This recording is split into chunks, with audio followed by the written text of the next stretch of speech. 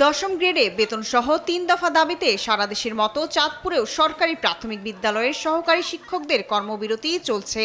তারা জানান, দাবি আদায় না হওয়া পর্যন্ত কর্মবিরতি চলবে।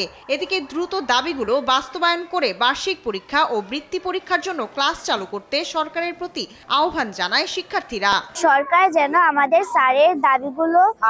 স্যারদের দাবিগুলো দ্রুত মেনে নিতে পারে। রোববার সকাল থেকে বরিশালের সরকারি প্রাথমিক বিদ্যালয়গুলোতে শিক্ষার্থীদের উপস্থিতি স্বাভাবিক থাকলেও কোনো শিক্ষক ক্লাসে যাননি।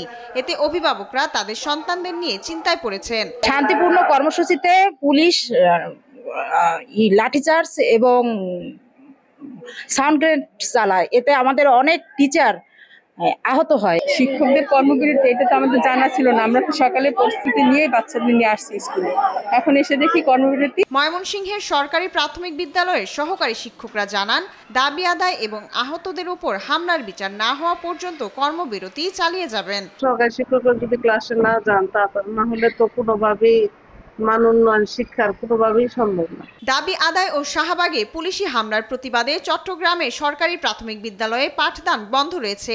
শিক্ষকরা জানান, দাবি পূরণ ও শাহবাগে শিক্ষক হামলার ঘটনার বিচার না হওয়া পর্যন্ত কর্মবিরতি চলবে। আজকে আমরা ক্লাস করতে আসছি, কিন্তু ম্যামদের কর্মবিরতির জন্য আজকে আমাদের ক্লাস হবে না, কিন্তু সামনে আমাদের পরীক্ষা। কখনোই কঠোরভাবে কোনো কিছু পালন করিনি। বাচ্চাদের কোমলমতি বাচ্চাদের কথা চিন্তা করে আমরা সবসময় লিবারেল ছিলাম। বাচ্চাদের কথাই চিন্তা করেছি আমরা, আমাদের কথা কখনো চিন্তা করিনি। এখন সময় আসছে আসলে আমাদের কথা চিন্তা করার। কুমিল্লায় কর্মবিরতি পালন করছেন প্রাথমিক বিদ্যালয়ের সহকারী শিক্ষকরা। দাবি না মানলে তারা লাগাতার কর্মসূচি পালনের হুঁশিয়ারি দেন। শায়লা খান, নিউজ ডেস্ক, দেশ টিভি।